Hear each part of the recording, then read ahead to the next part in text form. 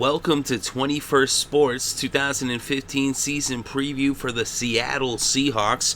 We're going to go over the roster. We're also going to go over the season schedule and make predictions for every single game in the regular season and going into the playoffs. As we actually have the Seahawks winning the NFC West and making the playoffs. But let's start off with the roster. And first off, under center, the quarterback, Russell Wilson. And Russell Wilson, he got a big payday in the offseason, and there's a reason for that. Russell Wilson is one of the better quarterbacks in the NFL. He's lost the Super Bowl, but he won the Super Bowl the year before, and he hasn't even hit his prime yet. So Russell Wilson, he's a hard worker. He just keeps getting better and better, and I believe this year is going to be his best year yet during the regular season, of course. And so then we also have Beast Mode returning as the running back in the backfield, and Beast Mode should have another good year. Last year, Marshawn Lynch had 1,306 yards on the ground, 13 rushing touchdowns. He also had 367 receiving yards and 4 receiving touchdowns, so he had 17 total touchdowns. By the way, last year Russell Wilson had 3,475 passing yards and 20 touchdowns, just 7 interceptions. And then at receiver, we have Doug Baldwin. We also got Jermaine Kearse, Ricardo Lockett, and Tyler Lockett. Of course, those are two different spellings with those. They're not related. But they're pretty good at receiver. No big star, but they all are talented. They can all catch, and they all do their job. You also have the addition of Fred Jackson, just recently picked up in the running back core. And then at tight end, their biggest addition of the offseason, Jimmy Graham. So Jimmy Graham, one of the best tight ends in all of football, second only to Gronk. And with Russell Wilson having that target there, especially in the red zone, that's going to help a lot. I expect to see the two of them connect quite a bit in 2015. They also have Luke Wilson as well. So they have a good offense. They said, Russell Wilson is a really good quarterback. Marshawn Lynch is beast mode, one of the best running backs in the league. And then Russell Wilson has plenty of targets. And by bringing in Jimmy Graham, also Tyler Lockett is new. Those are some, good tools right there to put in their arsenal for Russell Wilson to distribute the ball to. So now let's look at the defense. And starting off up front, we have Michael Bennett on the end, and on the other end, Cliff Averill. Of course, they're also backed up by Frank Clark and Cassius Marsh. The Seahawks have one of the deeper defenses, and overall their roster has a lot of depth on both sides of the ball. And in the middle, at defensive tackle, you have Brandon Mebane, also Ataba Rubin, and you also have Jordan Hill and David King backing them up. And like I said, with Seattle, they do a lot of substitutions, and they're very talented. It's not like as if there's just the starters, because everybody gets in there situationally. And like I said, they're very talented throughout their roster. So then we move into the linebacking core. On the outside, you have Bruce Irvin and KJ Wright. And in the middle, you have Bobby Wagner. They also have some good backups as well with Mike Morgan, Kevin Pierre-Louis, and then Brock Coyle. And then we go to the secondary, the Legion of Boom. Of course, most notably, at least early on in the season, looks like they're going to be missing Cam Chancellor as they're having a dispute over his contract. And the thing about that is, from what I understand, it's just a $900,000 difference. Now, that's a lot of money to me, but it's not necessarily a lot of money to the Seattle Seahawks organization. I mean, in terms of football numbers, can't Russell Wilson just shave off $900,000 off his contract and give that to Cam? Cam definitely deserves that money. They should pay the man. But they do have Richard Sherman, the best corner. Like I said, they're going to be missing, Killer Cam, but Sherman, he's one of the best. And then also they have Kerry Williams on the other corner. And then without Cam, they're going to have Deion Bailey. So we'll see how he does. And of course, Earl Thomas is one of the best free safeties in the game. So they still have a very talented defense, even without Cam Chancellor. But I really hope that they get that taken care of. it's not that big of an issue that it should keep Cam off the field. Like, just give him the money is what I say. Like I said, he deserves it. He's one of the hardest hitting strong safeties in football today, and he is definitely a core member of that defense. I don't like the fact that he's not going to be there. And I made all these picks thinking that Cam would be on the field, but as the games approach, it looks like that he's not going to be on the field. Of course, you won't know until the last minute, but as of recording, it looks like he probably won't be playing in week 1. Hopefully he'll be there for week 2, but we shall see. So then we go to special teams, and Steven Hushka is their kicker. He's a very talented kicker. He does a great job, especially in the conditions that are in Seattle. It's where the most rainfall is in the entire nation, definitely within the continental United States. And so a lot of times it's going to be wet and windy, but he gets the job done. And then we have John Ryan at the punter, and he's one of the better punters in the league, in my opinion, actually. And that helps him out a lot with field position. And then with the punt return duties, you have Tyler Lockett, who will also be handling the kick return duties, and Doug Baldwin will be helping out with that as well. So I think Tyler Lockett should have success in that role. So now let's go to the season schedule and make picks for every single game. We already said these in the season preview for all the teams, but we're going more in depth here, actually going over every single game. But as I said, if you watch the season preview, you already know that we picked them to win the West. But let's go over it game for game. And in week 1, September 13th, it's a Sunday game, 1 o'clock kickoff. It's in St. Louis. That's 1 o'clock Eastern time. And in St. Louis against their division rivals, the Rams. This is going to be a tough game. They always play them tough, especially in St. Louis. And it's going to be really tough without Cam. But I still believe that they can get the job done and that they will win this game on the road. I think Russell Wilson's going to have a big game. He had over 300 yards last year in St. Louis. They did lose that game on kind of a controversial play there at the end, but I think this time they win it outright. And so they start off 1-0. And then they will be on Sunday Night Football in week 2, September 20th. That's an 8:30 kickoff. That's Eastern time. And they're going to be, for the second week in a row, on the road. And this one's going to be in Lambeau Field against the Packers. When these two teams get together, it's always a classic battle, as they have had some great ones over the past few years, especially last year in the championship game. And now, I'm going to have to say, in Lambeau Field, did the Packers win this one. Especially if Cam's not back, then that's going to make the difference. Even though I already had the Packers winning, but that makes it even more so if Cam's not going to be there. So now we go to week 3, September 27th, Sunday, 4:25 Eastern kickoff at home. Their first home game of the season, the home opener. And it's going to be against the Bears, and they should have no problem just running all over them. Marshawn Lynch against his former team, he's going to run all over them, have no problem putting up big numbers. Russell will have a big day. The defense probably cause some turnovers, maybe even see a pick 6 in that game, or a fumble recovery for a touchdown, but they're going to blow out the Bears.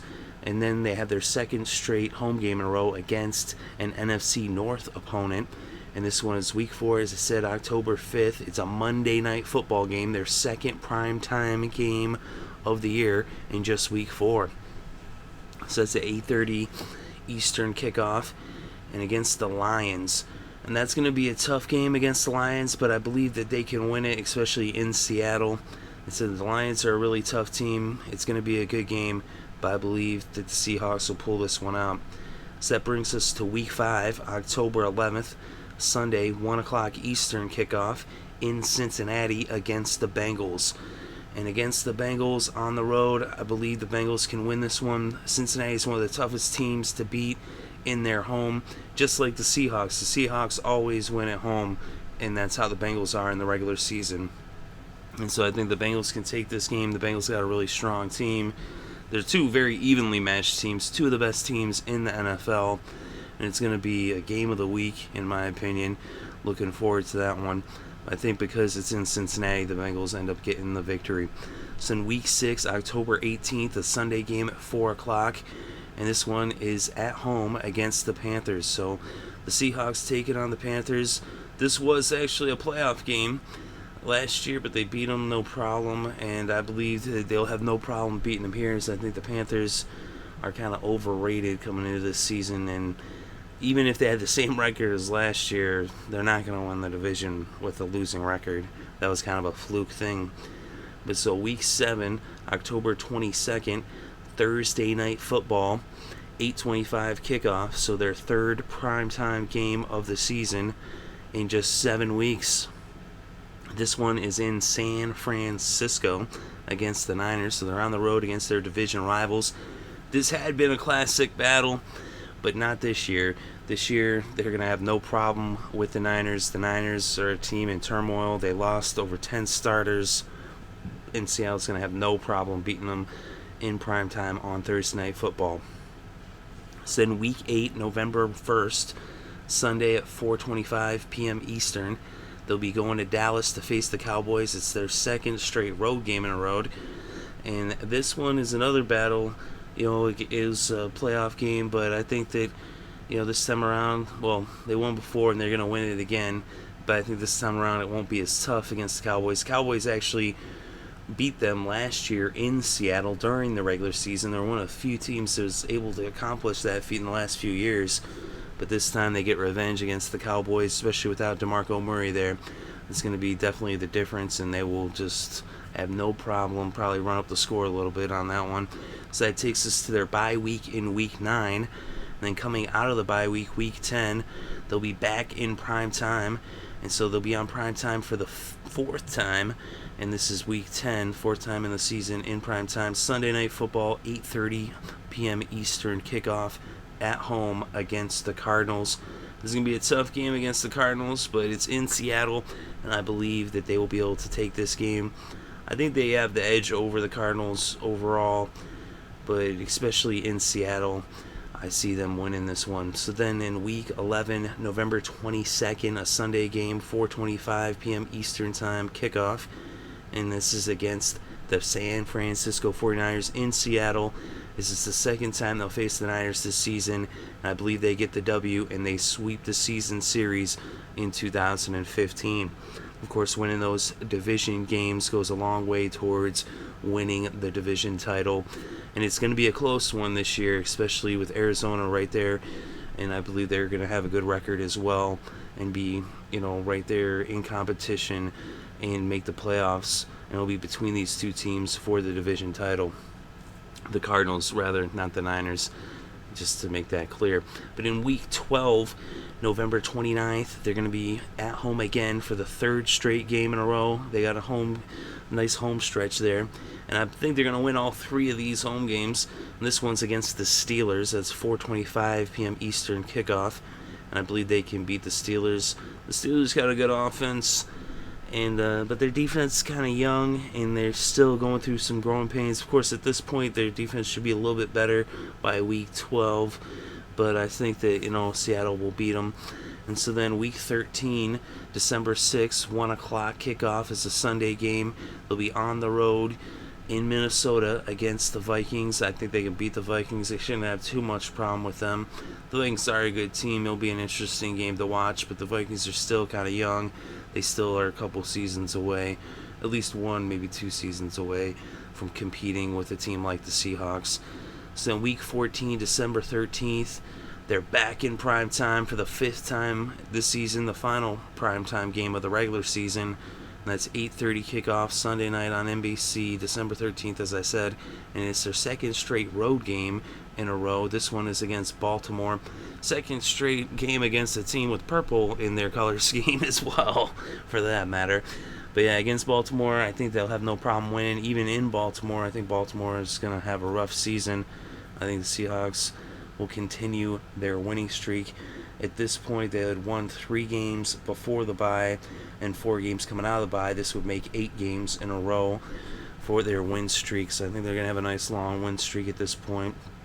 And then week 15, the win streak continues, December 20th, a Sunday game at home, 4:05 p.m. Eastern time kickoff against the Cleveland Browns. They won't have any problem against the Browns beating them, especially in Seattle.